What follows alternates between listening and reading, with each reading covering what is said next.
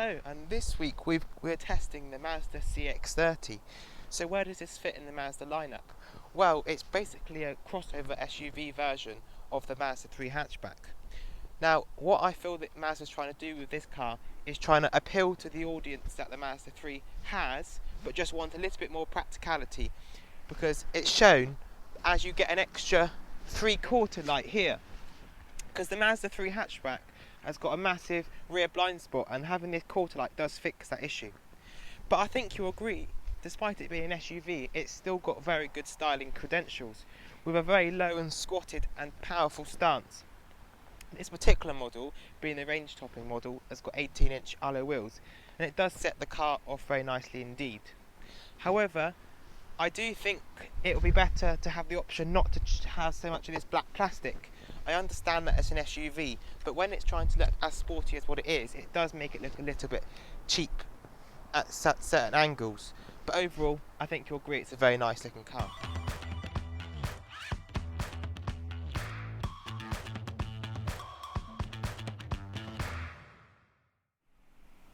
So now we're to the front of the car, and as you can see, it's got a very nice sporty looking long bonnet with these nice haunches, and the LED headlights on this particular model do set it with a very strong appearance on the road. And this big chunky Mazda grills is pretty much the same that's on the smaller Mazda 3 hatchback. And if you haven't seen the Mazda 3 hatchback, it's a stunning looking car. And obviously the black plastic continues at the front, which maybe to some people's taste, I suppose, but it does look quite a premium looking car with these nice little silver accents on this top spec model. And this particular top spec model, which is about £32,000, which yes is a lot for a Mazda, but the CX-30 range as a whole does start at the mid-20s, which isn't too bad at all, and all models come relatively well equipped.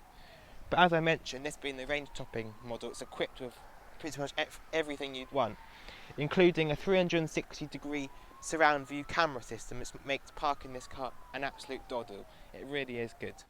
You know, this car is a really nice looking car, and it continues around the back, but I just can't help to draw my eyes to this really horrible cheap looking black plastic across the back. I know it continues around the whole car, but at the back it really does stand out as it's very prominent. I suppose it does have a couple of real exhaust pipes, which does help emphasise the sportiness of the vehicle, and also the rear privacy glass on this particular model does set it off with a bit more contrast to the colours of the vehicle. But what's good about this rear end is, unlike many crossovers, it's still got a very nice wide boot opening. Now, as you'll see, which on this particular model is electrically operated, and you can do it on the button or by the key. So you've still got a nice wide open base, so you can load items in there. At first glance, it doesn't look all that impressively deep in terms of its volume. However, it has got this interesting divider storage device where you can sort of separate things, put items there so it doesn't roll around, and you've got a bit of underfloor storage. We have tried if the parcel shelf fits underneath here. It doesn't quite, however you could put it under there, as it's only literally just not quite flush. It just sits back there, which isn't too bad. There's a couple of straps there, but apart from that, it's not the most versatile boot, but you certainly can't complain about it. It's pretty good, and the seats do fold flat as well, which is really nice. So the rear seats of the Mazda CX-30 with this lighter chrome leather, it does look a very premium space to spend time in. So as you get in, this seat in front is just set up for someone that's just below 6 foot, so this is a nice real world indication to sort of the space you have back here. And the leg room is a little bit tight, to be honest. However, it's not too bad. Now this is because this CX-30 is actually slightly shorter than the Mazda 3 hatchback, believe it or not. And I think that shorter length is shown a little bit in the rear space, but overall it's not too bad. And the middle seat is nice and wide. So yes, there's a bit of a transmission tunnel, but once you're in here, it's quite a comfortable seat to be in. However, my head now is almost touching the roof, so anyone a little bit taller than me will struggle a little bit. But with the light interior, the light headlining, and also this 3/4 window here, it's quite a nice airy space to spend time in. And also you've got some nice deep door bins, a centre armrest in the middle, 2 air vents, and you can adjust the fan speed in the middle, and some nice gloss bit black trims. It does feel like a more premium car than the price suggests in the back of the car, which is good because, you know, look at these materials, very, very good. And most cars in this class, cars that are from posh brands, really do scrimp with the materials in the back of the car for cost cutting measures, but Mazda haven't, and that's great to see.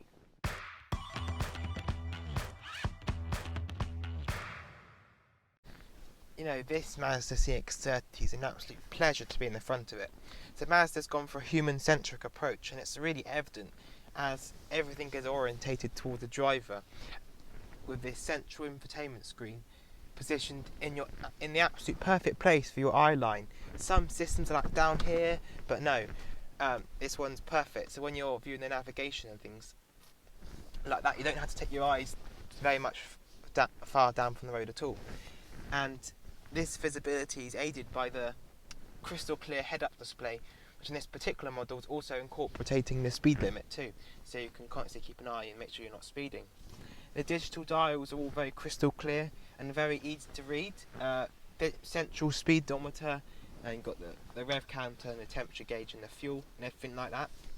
The materials in the front of this car are exemplary, they really are. For this price point, you know, it's amazing really. It feels such good quality.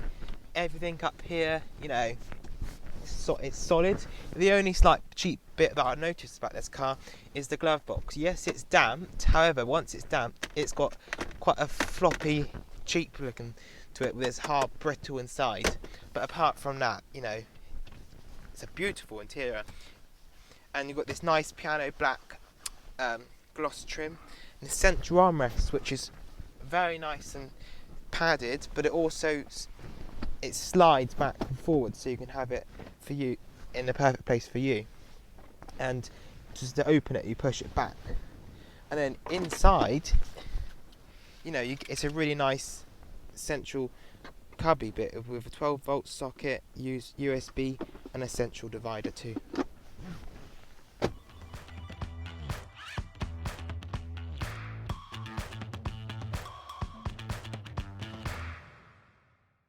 So, engine choices for the CX-30, it basically comes down to 2 at the moment. So you've got a Skyactiv G, which is the entry-level model, which has a 2-litre naturally aspirated engine with about 120 horsepower. Now, because it's naturally aspirated, all the power is very high up the rev range, which means that 120 horsepower with no turbocharger for this type of car does feel a bit gutless, especially on faster roads.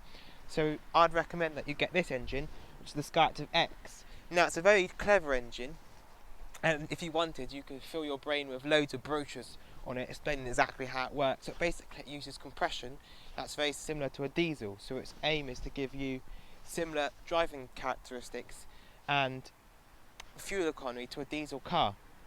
With that said, they don't actually offer a diesel in this car, so the Skyactiv X is sort of your best choice if you're doing longer mileage.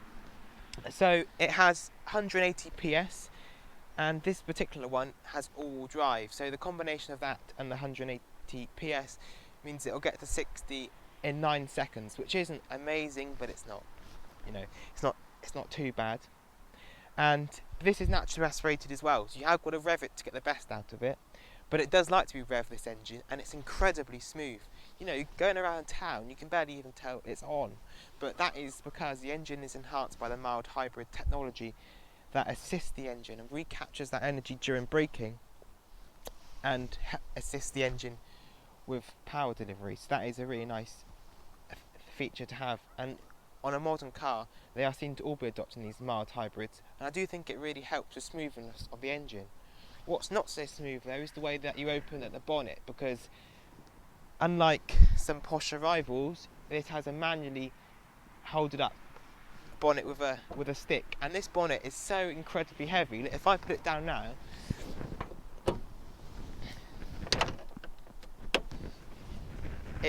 you really do not want to catch your fingers in here. Look,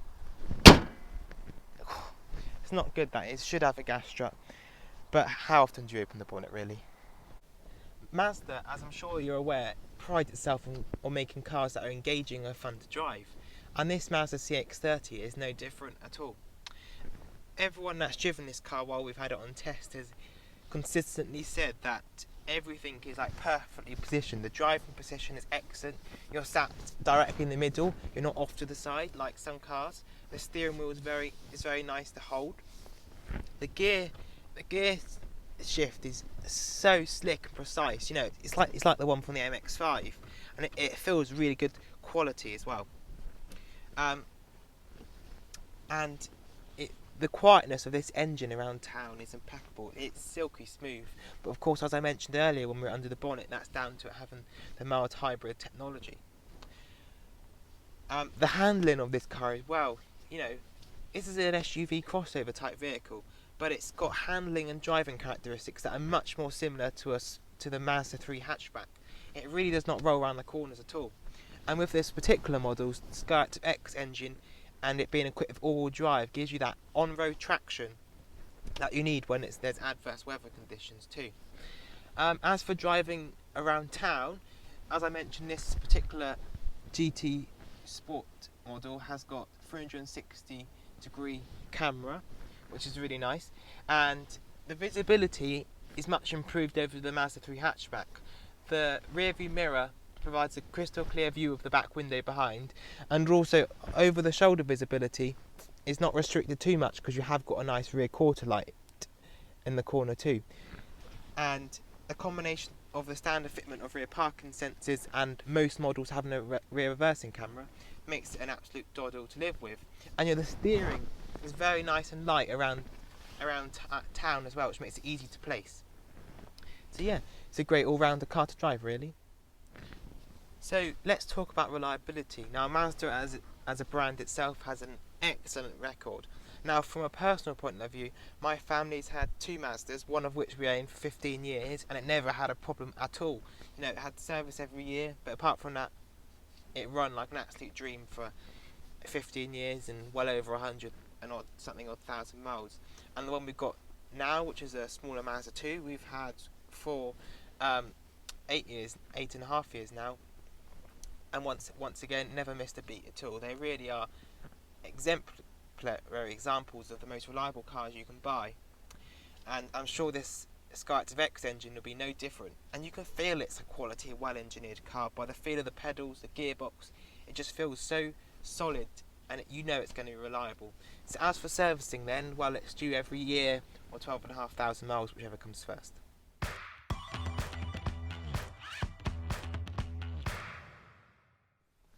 So then, what's the final verdict on this Mazda CX-30? Well, it's great to look at. It's going to be reliable for you. It scored 99% on the adult occupancy on the Euro NCAP. 99%, that is one of the highest scores they've ever recorded. So it's safe for you and your family. It's versatile, it's practical, it's got good visibility, especially with the 360-degree camera on this particular range-topper model. It's going to be reliable, with Mazda's excellent reputation for reliability. The driving experience itself is almost like a sporty hatchback. It really is. There's very little body roll, as I mentioned before. You know, can you really think of any more car you want? I think go to the Mazda garage and have a little look. Thank you for watching this video. Don't forget to subscribe and hit the like icon, as that'd be great. And there's loads of more exciting content coming as we come out of lockdown. Thank you very much.